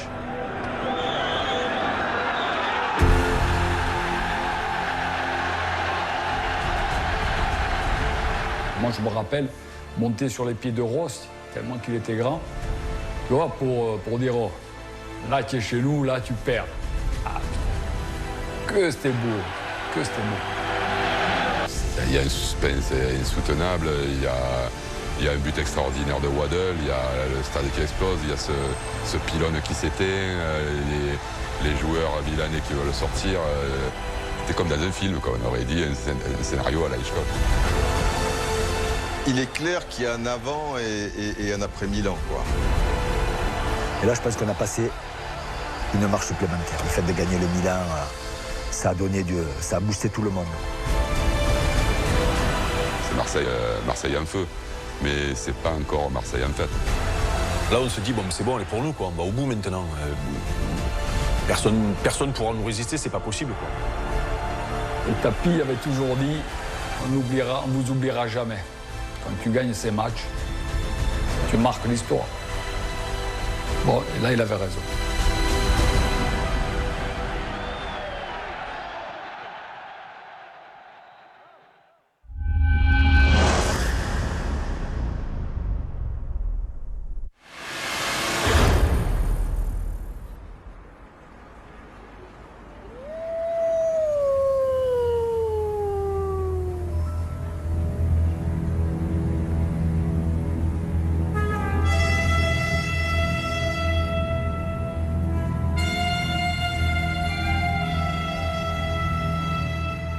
En fait, Charles Bietri, à l'époque patron de Canal+, me dit « Didier, il faut que tu fasses un reportage béton ». Et j'avais vu Danse avec les loups peu de temps auparavant. Et du coup, je me suis dit, ça serait bien d'amener un loup pour faire quelque chose d'un petit peu différent, de poétique, un petit conte, etc. C'est si bon d'être un enfant. Mais à un moment, il faut bien grandir. Donc, première chose, avoir l'accord de l'OM pour leur expliquer, il y a un vrai loup que je veux faire balader au milieu des joueurs après un entraînement. Et là, je sais que si je passe par tapis, ça sera non. Donc, je me dis, je vais passer par Jean-Pierre Bernès, que je connaissais bien. Et en y mettant les formes, j'explique, tu comprends, on va faire comme ci, comme ça. Je dis non, mais c'est un loup, un loup. Eh bien, évidemment, je ne prenais pas un loup au fin fond des Carpates. Je prends un loup qui est habitué à faire des publicités, qui a des maîtres, et voilà, qui n'est pas complètement fou, quoi, normalement. Je dis bien normalement. Et il y a deux choses où on va frôler la catastrophe. La première, c'est que je le fais faire un face-à-face avec Papin. Et lui, Jean-Pierre, il ne pouvait pas s'empêcher de vouloir toucher ce loup. Donc depuis qu'on était arrivé, on s'était mis en tenue. Et voilà, donc il nous parlait que de ce loup, il fallait qu'il touche ce loup, il fallait que voilà. Et donc on n'avait qu'une peur, c'était que Jean-Pierre fasse ce truc qu'il ne fallait pas faire pendant le tournage, quoi, voilà. Et Papin est à genoux avec lui, le loup va vers lui, et Papin, c'est plus fort que lui, il veut le caresser. Et l'autre, poum! Et heureusement, Papin, qui est vif, enlève la main. Moi, j'ai toujours été quelqu'un qui aimait les chiens. Et quelque part, je me disais que c'était quand même un loup apprivoisé, qu'il ne fallait pas en avoir peur, que si tu lui montrais que tu avais confiance, voilà, ça pouvait bien se passer. Et ça s'est très bien passé. La deuxième, où là, on est passé près de la correctionnelle. J'explique à tous les joueurs, alors ils étaient terrorisés. Abedi Pelé était dans toutes ses étapes. Basile était bon. Papin et Olmeta étaient excités. En fait, j'ai pas peur des animaux, donc moi j'étais plutôt content qu'autre chose. C'était comme un gamin, j'étais content de pouvoir faire des images avec un loup. Et je dis bien à tous les joueurs, je dis, le loup, en plus ça sent le fauve là, après l'entraînement, là, vos sacs, tout ça et tout, il va renifler des choses, il va s'arrêter et tout. Vous faites comme si de rien n'était. Pas de mouvement brusque, vous vous êtes assis, il y avait le dresseur du loup qui était venu nous briefer avant, bon, pas de quoi avoir peur, pas de mouvement brusque, il va faire son truc, il va ressortir, vous inquiétez pas, on maîtrise. Si vous bougez pas, il n'y aura pas de problème. Si vous faites un mouvement brusque, ça va lui faire peur et il peut prendre. Ça reste un loup, parce qu'un loup, ça reste quand même un animal sauvage et même s'il est dressé, on ne sait pas, dans sa tête, à un moment... Ça nous faisait rire, en fait. Tu sais qu'on était... On était qualifiés, donc si tu veux, il n'y a rien d'autre qui comptait. Que ce soit un loup, un éléphant, un rhinocéros, ça aurait été pareil. Le loup arrive. Pif, pif, pif, pif. Et à un moment, il s'arrête. Il voit Moser. Et il monte sur les cuisses de Moser. Et il le lèche là. Il le léchouille. Et alors là, parce que Moser, heureusement, on tombe sur Moser, qui est un dur à cuire, qui a peur de rien. On n'en a pas trop discuté après, je pense qu'il n'était pas très à l'aise, même si tu as un dur à cuire, s'il y a un loup qui te renifle là, ben, il te dit, ça serait bien qu'il s'en aille maintenant et qu'il ouvre pas sa gueule. J'ai imaginé le pire, parce que s'il le prend là, qu'il peut pas jouer, ben, je me fais lyncher par les pires. Enfin, il faut plus que j'aille dans le sud pendant quelques décennies et tout ça. Et donc, il fait le truc, mais comme Moser ne bouge pas, il va, il continue et il s'en va. C'était fou. Ce reportage, il était fou. Voilà l'histoire du loup. Enfin, c'est compliqué. Et tu as des sueurs froides, mais tout c'est bien.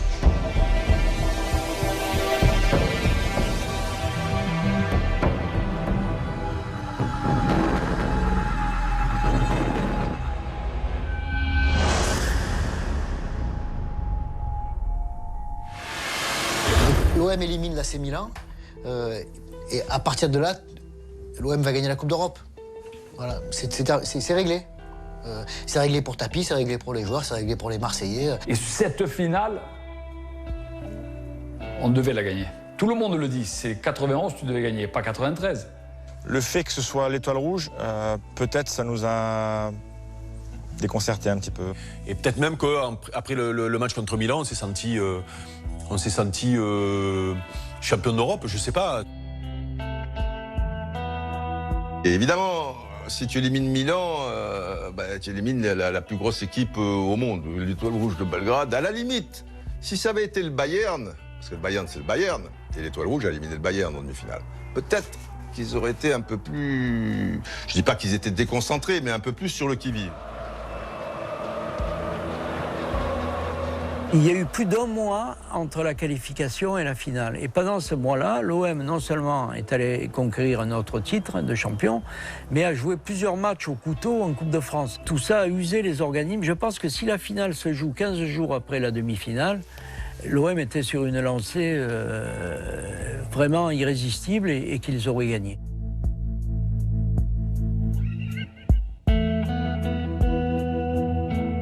Tapie avait opté pour une préparation avec une équipe renfermée sur elle-même, dans un blocos et tout ça. Il les a isolés du monde. Et ça a mis aussi une chape de plomb quelque part aux joueurs qui avaient cette force aussi dans une sorte d'insouciance. Il y a eu beaucoup de pression, je pense, qui nous a un peu bouffé l'influx nerveux. On pensait que ce match, ça allait être le plus facile, en fait. Ah, ouais, c'était dans l'approche. Hein. Bon, nous, on leur dit, on ne joue pas le match. Tu vois, non. Je me souviens très bien, sur un hôtel sur la Corniche, discuter avec papa. Et je dis, ça va, putain, bon, tout va bien, truc. Alors, la finale, hein. Il me dit, la finale. Je me vois déjà, Didier, en train de la brandir, cette coupe. Et je lui disais, bon, faut quand même la jouer, quoi. Il me dit, tu rigoles. Ouais, là, ils étaient trop sur un nuage. L'Étoile Rouge, elle n'était pas trop connue à cette époque-là. Hein. Quand je veux dire, c'était un grand club, l'Étoile Rouge de Belgrade. Il y avait quand même du monde à l'Étoile Rouge. Hein. Seulement, on ne le savait pas trop, parce que tous ces joueurs de l'Étoile Rouge, ils ont fait carrière surtout après.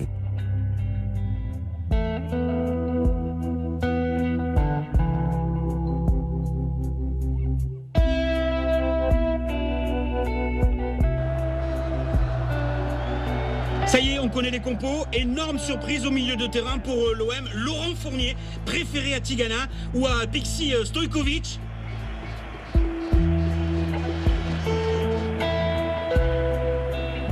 Je pense que l'équipe a été mal faite. Raymond, lui, voulait son 11 type, l'équipe qui avait fait toute la campagne. Il voulait ses 3 devant, il voulait ses 5 derrière, il voulait ses 2 milieux récupérateurs. Et là-dedans, Dragan ne rentrait pas dans ses plans. Il y a un sentiment bizarre. Déjà, on ne comprend pas pourquoi il ne fait pas jouer Stojkovic. On ne sait pas pourquoi il ne fait pas jouer Tigana. Et je pense que si Bernard avait dû faire l'équipe, lui, en occultant tout ce qu'on avait fait avant, il aurait mis Pixi, bien sûr. Il l'aurait mis obligatoirement. En face, ils avaient une peur bleue de Dragan, quoi. C'est-à-dire que de le mettre sur le terrain, déjà, c'était gagner 50% du match.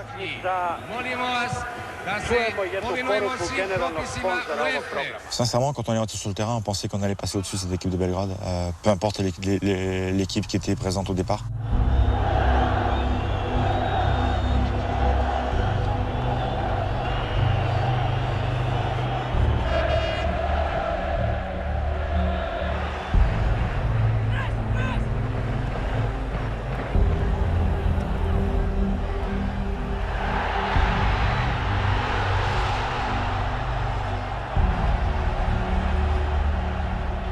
On voit aussi que pendant le match, il y a des faits de jeu, c'est pas comme d'habitude. Jean-Pierre, il a une occasion, il la met pas. Quand on sait l'adresse de Jean-Pierre et une frappe sans adversité. Là, je suis sur le côté gauche avec mon pied droit. J'en ai pas mis beaucoup de ce côté-là. Il y a des signes, il y a des petits trucs comme ça qui font que voilà, ça rentre aussi un peu dans la légende aussi.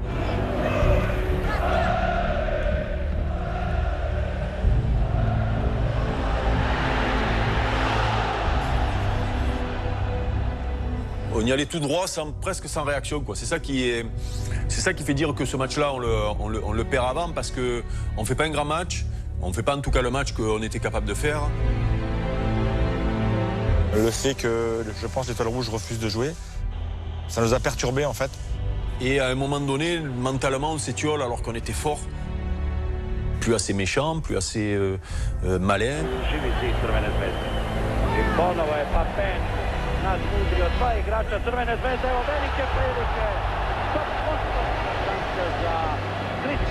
Et là, tu sens que tu as deux occasions qui sont franches, que des trucs qui ne se manquent pas, que ces mecs-là ne manquent jamais.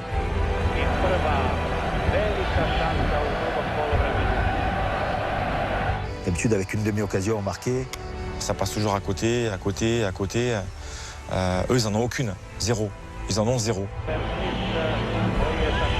Toi, tu es derrière, tu vois ça, tu dis aïe, aïe, bon, nous, il faut pas qu'on fasse d'erreur pour pas en prendre un, parce que tu sais que tu ne peux pas en prendre un. À choisir, j'aurais même préféré prendre un contre.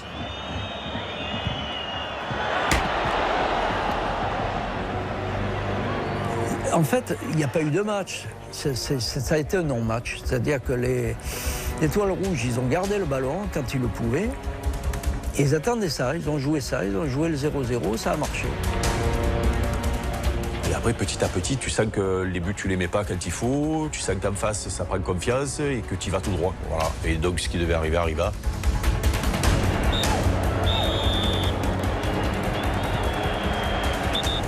Avec le recul, tu diras, ça on n'a pas fait, ça on aurait dû, le coach aurait dû changer quelque chose.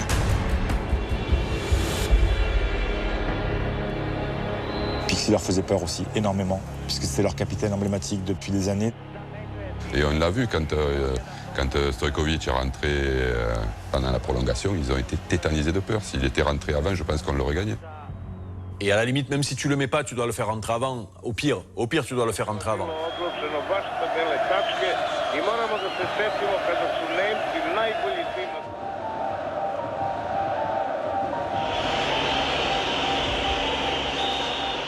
Il faut savoir qu'à l'époque, dans leur championnat, il n'y avait pas de match nul. Chaque match de championnat qui se finissait par un match nul, il y avait une séance de tir au but. Et donc ces mecs-là, on l'a su après, ces mecs-là excellaient dans l'exercice, quoi, que ce soit le gardien ou les joueurs de champ. Pour eux, c'est pas... Enfin, tu vois, c'est une habitude. C'est pas exceptionnel. Tu dis pas, un match, attention, il faut pas aller au pénalty parce que les mecs sont plus forts que nous au pénalty. C'est déjà se mettre en position de dominer. Voilà, puis ça peut peut-être te faire des conneries pendant le match pour pas aller au pénalty. Puis ça te fait arriver au pénalty en ayant le stress, en sachant qu'ils sont plus forts que toi. Tu sais combien de séances de tir au but l'OM a disputé cette saison-là en la finale? Je crois qu'on n'en a pas fait. Non, c'est ça, oui. Ah ouais, nous, on n'était pas habitués par contre. Hein. Je me demande même, oui, on a dû travailler ça avant le match, mais comment?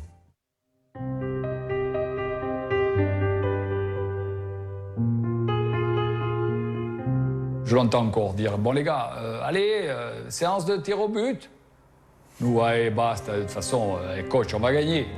On va gagner, il n'y a pas besoin. Donc on savait qui était numéro 1, 2, 3, 4, 5, même si on pensait sincèrement qu'on n'irait pas.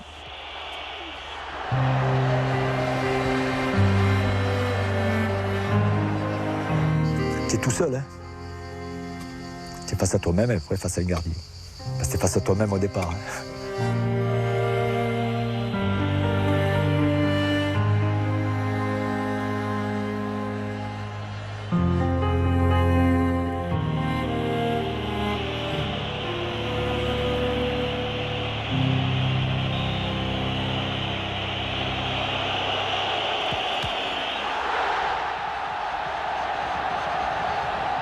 J'en ai marqué, j'en ai loupé.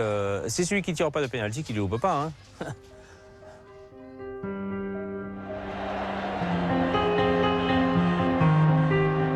Malheureusement, la connerie, il l'a faite au moment où il ne fallait pas. C'était en finale. Mais, tu as manqué. C'est pas grave, papa. Et moi, quand Amoros a manqué le sien, je suis sorti du stade, je savais qu'on avait perdu. Manu, il les a toujours tirés à sa droite.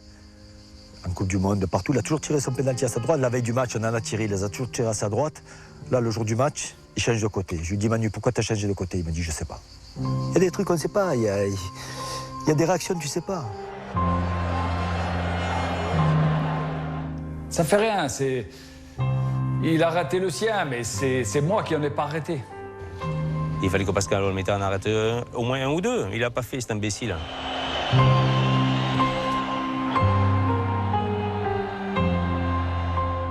C'est toi qui dois en arrêter, comme certains gardiens qui t'en arrêtent 2 ou 3. Les gens m'en veulent plus à moi que parce que je manquais le pénalty que lui n'a pas arrêté. Je pense que sur une finale comme ça, si tu dois changer quelque chose, il faut changer le gardien. Nous, on savait que Pascal, sur les tirs au but, c'était pas sa grande spécialité.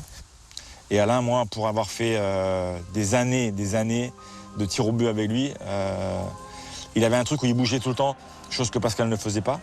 Mais après, c'est une décision de coach. Je pense qu'il faut parler avec ces deux gardiens. Mais peut-être que si Pascal y sort, c'est pas la même.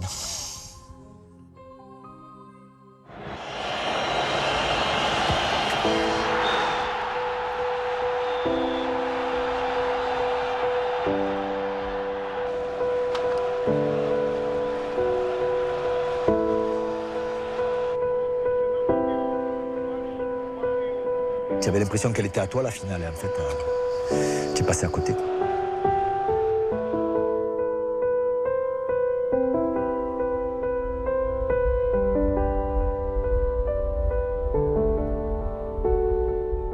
La suite a été dure. Hein. On traînait au métro Vieux-Port. On est descendu, je m'en rappellerai toujours. Les rues vides. Vides. Les camions de police et de l'armée sur la Canebière. Un Mistral. Les papiers qui volaient, personne. La fin du monde. Et arrivé à Marseille, je me suis caché. Parce que je n'en avais pas arrêté. On gamberge parce qu'on se dit merde, putain, rater le penalty, finale de Coupe d'Europe, ça aurait été la première, ça aurait été magnifique. Ou alors je te dis pas l'ambiance le lendemain dans la ville. C'était très tendu. Il n'y a jamais eu de rancune tenace contre cette équipe parce qu'on avait raté la finale. On a déçu les gens aussi, hein. Ils étaient venus avec beaucoup d'espoir, beaucoup de certitude aussi, les supporters, et on les a déçus, mais les premiers déçus sont nous. Hein. On ne peut pas reprocher aux joueurs d'avoir été trop décontractés, d'avoir cru que c'était joué d'avance, puisque les supporters, on était pareils. On s'est dit, putain, mais qu'est-ce qui s'est passé? Qu'est-ce qu'on a manqué? Donc tu te poses plein de questions. Pourquoi? Putain, j'aurais eu ma statue sur la Canebière avec la bonne mère. Mais non. Ah oui, ça m'a fait mal. Ça m'a fait mal. Voilà, c'est un peu... C'est pas le tournant de la carrière, mais c'est ce qui te marque le plus, tu vois. Mais bon, ça fait partie du football, mais c'est amer.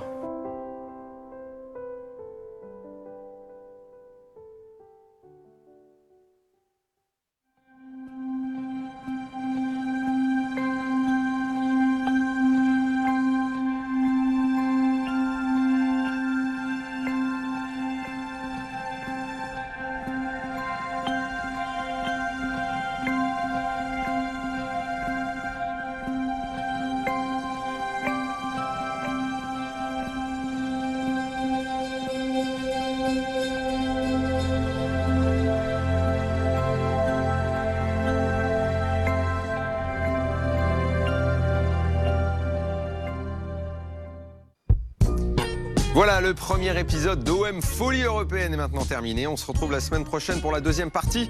Il sera question évidemment de la finale et du succès historique en 1993.